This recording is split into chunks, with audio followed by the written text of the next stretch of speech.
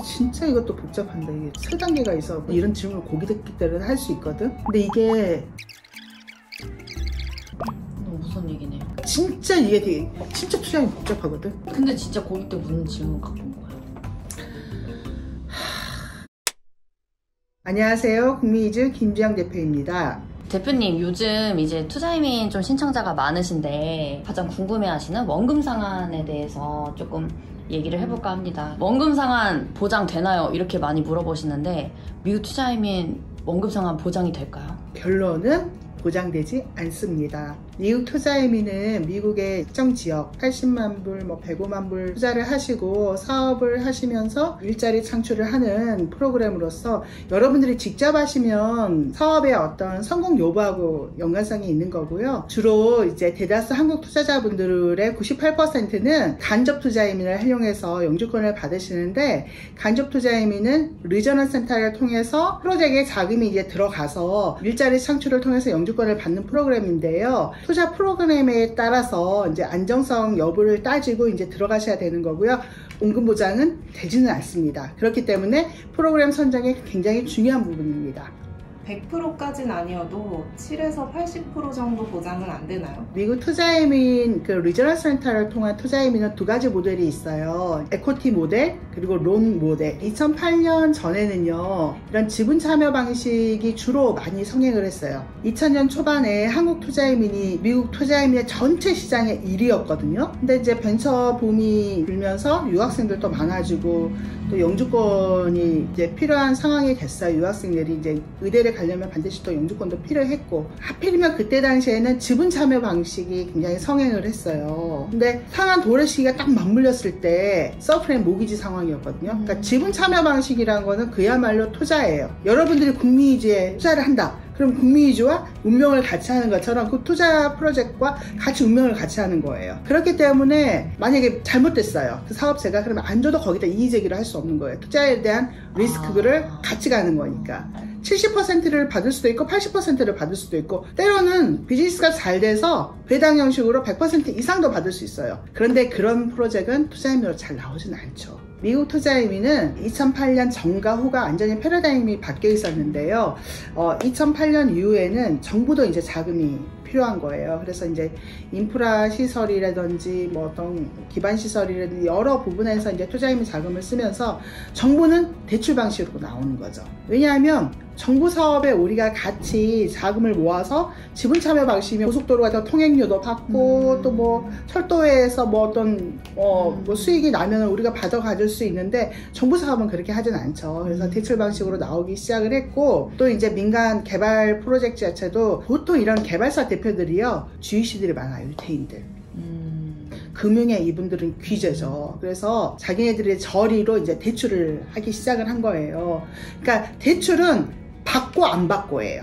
앞서 우리 PD님들이 저한테 질문했던 거는 70%, 80%는 지분 참여일 거고요. 대출은 받고 안 받고. 그렇기 때문에 대출은 우리가 담보를 꽁꽁 이렇게 쥐고 있다가 재융자를 통하거나 아니면 이제 그 사업이 성공적으로 돼서 그 사업체 자금으로 우리한테 준다든지, 그렇기 때문에 우리는 선순위 담보대출이 가장 우리한테는 유리하겠죠. 네. 제일 중요한 게 이제 시기일 것 같은데, 언제 받을 수 있는지, 또 어떤 식으로 좀 받게 되는지를 좀 궁금해 하시는 것 같아요. 어떻게 본인한테 돌아오는지도 간단하게 좀 설명 같이 해주시면 좋을 것 같아요. 대다수의 투자이민 방식이 이제 대출 방식이다. 그럼 대출로 설명을 드릴게요. 리저널 센터는요, 실질적으로는 이제 사기업이에요. 지역센터니까 마치 이제 공공기관으로 보이는데 그렇지는 않고요.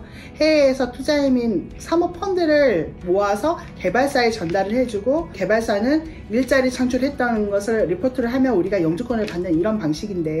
그러니까 리저널 센터와 개발사의 그 약정 기간이 굉장히 중요한 거예요. 요새는 이제 수속 기간이 많이 빨라져서 1년 반에서 2년 정도 걸리는데요.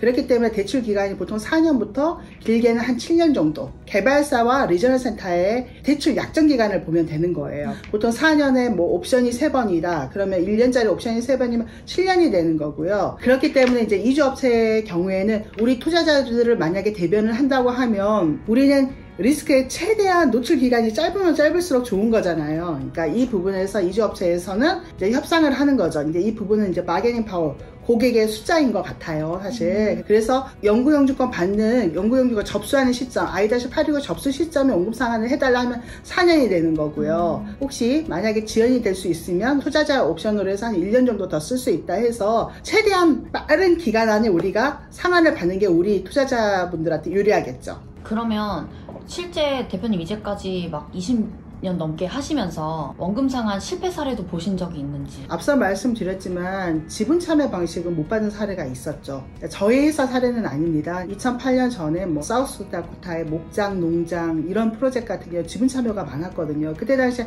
한국 투자자분들도 많았고요. 근데 하필이면 상환 도래 시기가 서브프라임 모기지 상황이었기 때문에 영주권은 받았는데 투자금에 대한 상환을 못 받은 경우들이 있었고요. 2008년 이후로는 이제 정부도 이런 투자이민을 시작을 하면서 대출 방식이었기 때문에 소위 개발사의 프리퍼드 에코티로 나갔던 프로젝트 같은 경우에는 2015년, 16년도에 투자이민을 굉장히 많이 모집을 했던 프로젝트가 있거든요. 그러니까 특정 프로젝트라서 제가 말씀을 드리기는 좀 그런데 아직 결과가 나오지 않아서. 근데 지금 벌써 이제 9년 차거든요. 원금 상환을 못 받고 아직 미분양도 있는 상황이고, 이런 경우에는 지분 참여였기 때문에 미분양물이 완전히 소화가 돼야지만 상환을 받을 수 있거든요. 그러니까 건투를 빕니다. 그렇다면 미국 투자이민이 실패하는 경우는 어떤 이유로 실패를 하는 건지? 피치 못할 사업의 어려움이겠죠. 가령 예를 들어서 우리가 코로나 팬데믹 때 사실 외곽 지역 분양된 곳도 많이 있지만 맨하탄 같은 경우는 굉장히 어려웠거든요.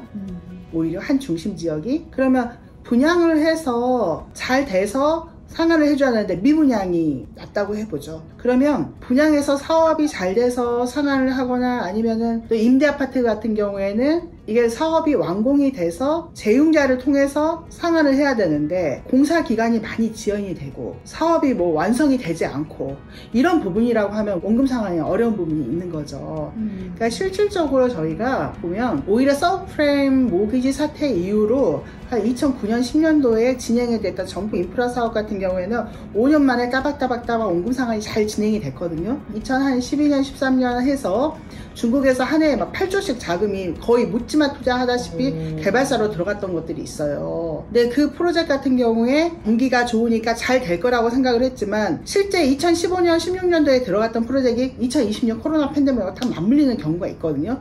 원금 상환 못 받는 경우들이 지금 나타나고 있는 거죠. 그래서 투자이민은 결국에는 금융이고요. 경기 서클하고 맞물려 있습니다. 보통 이제 오피스 상업용 건물 같은 경우에는요, 예전에 중국 투자자들이 굉장히 많이 샀었거든요. 중국 기관 투자자들도 많이 구입을 하고. 그런데 여러분들도 잘 아시겠지만 미중 갈등도 심해지고 중국 경기가 아주 뭐 침체로 가고 있잖아요.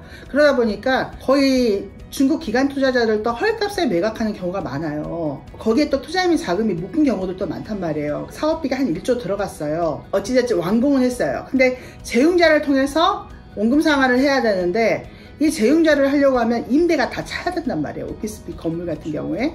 안정화도 돼야 되는데 임대 수익이 맞춰줘야 재값을 받는데 임대 수익이 안 맞춰주고 한 50% 가격의 물량으로 나온단 말이에요. 그러면 선순위는 거의 주로 이제 은행이 많아요. 후순위로 들어간 투자이민은 자금 상환을 받기가 어려운 거죠. 그래서 그 부분은 저희가 예의주시하고 보고 있고요. 국민이주는 절대 그런 프로젝트는 들어가지 않았습니다. 네. 와.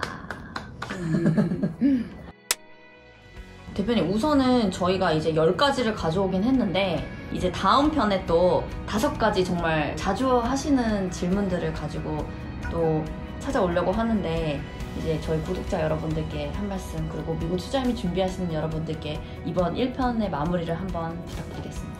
불편한 진실이긴 하지만 여러분들이 투자이민을 진행하면서 원금 상환에 관련된 리스크는 여러분들이 인지하고 관리를 해야 됩니다. 또 여러분들이 투자이민 프로젝트를 시작하기 전에는 리저널 센터 프로젝트도 여러분들이 검토를 하셔야 됩니다. 다음번에도 26년의 그동안의 경험을 녹여서 여러분들 질의응답 성실히 임하도록 하겠습니다. 감사합니다.